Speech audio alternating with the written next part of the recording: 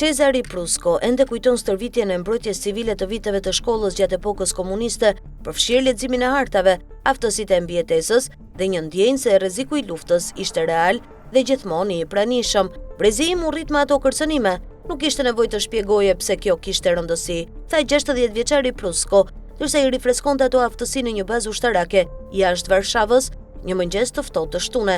Gjithashtu atje ndodhen me dhjetra civil të tjerë polak. Ai vizitoi një streg kundër bombave, vendosi maska gazi dhe praktikoi shkëndija të ndezjes së një çakri për të ndezur një zjarr. Trajnimi i artuar për të rritur qëndrueshmërinë civile ishte pjesë e një programi të ri që synon të trajtojë 400.000 qytetar polak deri në vitin 2027. Skema vullnetare është e hapur për çdo, nga nxënësit e shkollave deri tek pensionistët. Në Poloni ekziston një ndërgjegjësim i mpret se si vendodhja gjeografike e vendit në qendër të Europës e kalon atë historikisht të prekshëm ndaj sulmeve. Pushtimi në shkallë të plotë i Ukrainës fqinje në vitin 2022 i përqendroi mendjet dhe këtë vit ndërhyrjet me drona hapësirën ajrore polake dhe një valë sulmesh sabotimi të lidhura me inteligjencën ruse i kanë shtuar alarmin. Kohët e fundit një linje kurorore u hodh në erë në fillim të këtij muaji me autoritetet që pretendojnë se Rusia organizoi sulmin dhe kishte për qëllime të shkaktonte viktima. E gjitha kjo ka çuar në një rishikim të mënyrës së të menduarit për sigurinë kombëtare.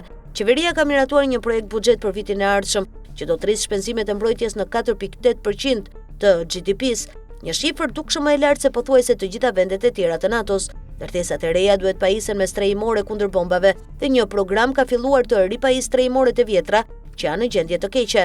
Ka filluar ndërtimi i një mburoje lindore që do të shtrihet përgjatë gjithë kufive të vendit me Bielorusin dhe enklavën ruse të Kaliningradit. Në një bazë operative të avancuar disa kilometra nga kufiri i Polonisë me Bielorusin, generali i brigadës Roman Brudlo, komandanti i brigadës së 9 të kalorësisë së blinduar të Polonisë, tha se pushtimi i Ukrainës nga Rusia e ndryshoi plotësisht pamjen e sigurisë për Poloninë. Brudlo u bashkuar me ushtri në vitin 1996 sepse ishte një mekanik i trajnuar dhe i donte tanket. Pas gati 3 dekada shërbimi, që ka përfshirë rotacione me forcat aleate në Irak dhe Afganistan, ai pranoi se në një luftë kundër dronëve ose kërcënimeve të sabotimit, stërvitja e tij në luftën tradicionale do duhej të rishikohej.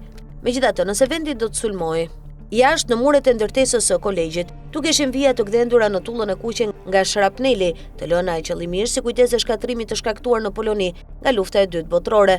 Ka pak të mbijetuar të asaj lufte që janë gjallë sot, por kujtimet brez pas brezi ngjallin frikë për luftën e ardhshme të mundshme, veçanërisht midis polakëve të moshuar. Ndërsa dita e stërvitjes në bazën ushtarake jashtë Varshavës po mbaronte, Prusko tha se kishte rregulluar gjithashtu që punonjësit e kompanisë së tij të ndiqnin të njëjtin kurs mbijetese. Shumë punonjës të rinj janë rritur në BE dhe në kohë paqeje, me pak ndjesi për rreziqet që ne brezat e vjetër i kujtojmë. Shpresoj të mos na duhen kurrë këto aftësi, por dua që ata të dinë se çfarë të bëjnë nëse vjen ndonjëherë momenti, tha ai për The Guardian.